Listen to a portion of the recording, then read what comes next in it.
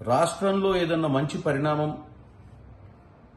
ప్రభుత్వం మంచి నిర్ణయాలు తీసుకునే సమయంలో ఇద్దరు బావబామ్మర్దులకు వచ్చి ప్రెస్ మీట్లు పెట్టి తెలంగాణ ప్రజలను పక్కతో పట్టించే విధంగా విషప్రచారం చేయడంలో ఇదేం కొత్త కాదు. గత సంవత్సరంన్నర 2 సంవత్సరాలలో అధికారం కోల్పోయిన తర్వాత వాళ్ళిద్దరు చేసే పనే ఇది.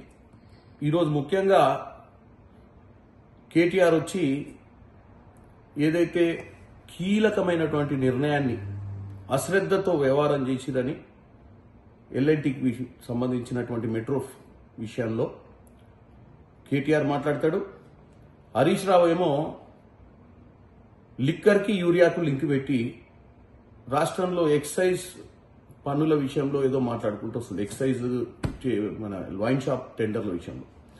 సో నేను ఏమంటున్నా అంటే ముఖ్యంగా రాష్ట్ర ప్రజలు గమనించాల్సింది ఒకటి ఉంది. 2010లో మెట్రోని ఎప్పుడైతే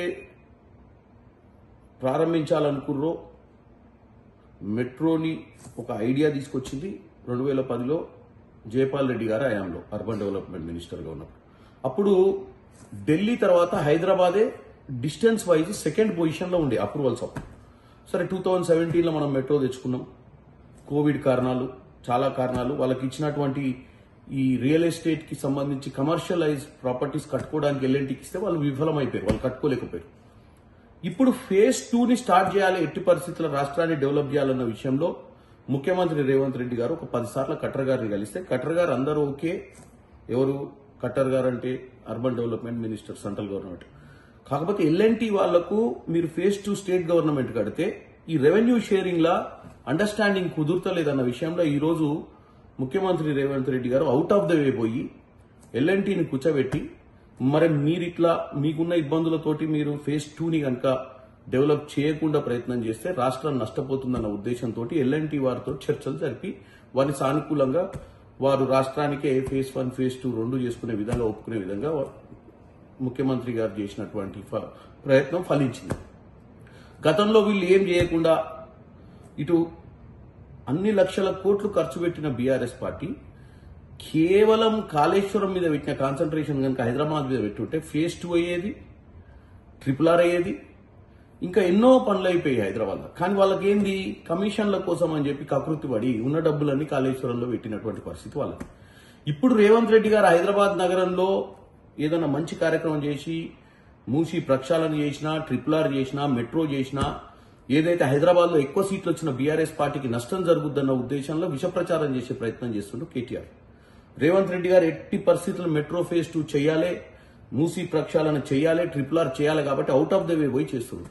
ఆల్రెడీ చెడు ప్రచారం చేసుకుంటూ మెట్రోకి ఇచ్చినటువంటి ఆస్తులను వాళ్ళు ఏది కమర్షియల్ కట్టలేని ప్రాపర్టీస్ విషయంలో కూడా ఏదో జరుగుతుందని, వీటన్నిటినీ దగ్గరోళ్ళకి ఇచ్చి వాళ్లకు ఈ ఆస్తులన్నీ అంటగడతారని ముఖ్యమంత్రి గారు ఒక స్కెచ్ చేసిండని ఒక తప్పుడు ప్రచారం చేసింది. ముఖ్యమంత్రి గారిది ఒకటే ఒక ఆలోచన, మెట్రో ఫేజ్ 2ని ఎట్టి పరిస్థితిలో మన ప్రజలకు అందించి హైదరాబాద్ నగరాన్ని ఒక మంచి నగరంగా, ప్రపంచంలో ఖ్యాతి గడించే నగరంగా తయారు చేయాలన్న ఉద్దేశంతో రేవంత్ రెడ్డి గారు ముందుకు పోతున్నారు తప్ప కేటీఆర్ గారు చెప్పినట్టు ఫేజ్ 2లో ఎటువంటి దురాలోచన ఈ ప్రభుత్వానికి లేదు.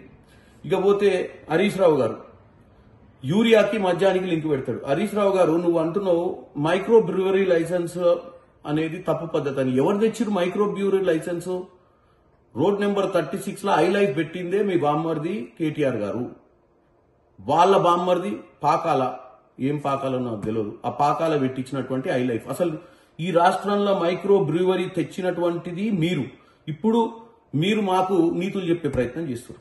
అంటే ఏంది వీళ్ళ ఉద్దేశం అంటే ఎట్టి పరిస్థితిలో ఈ రాష్ట్రానికి ఆదాయ వనరులు రావద్దు, ఈ రాష్ట్రంలో మంచి జరగొద్దు, మేము లేని ఈ రాష్ట్రంలో ఒక్క ఇటుక కూడా కదలొద్దన్న ఒక దరిద్రపు ఆలోచనతో ఇద్దరు బావబామ్మర్దులు మాట్లాడుతున్నట్టుగా ఇలా క్లియర్ గా కనపడుతుంది. ఈ రోజు రాష్ట్రంలో పట్టుదల ఉంది కాబట్టే, చిత్తశుద్ధి ఉంది కాబట్టే 42% రిజర్వేషన్ ఇస్తామని చెప్పినాం, కులగణన చేసినాం.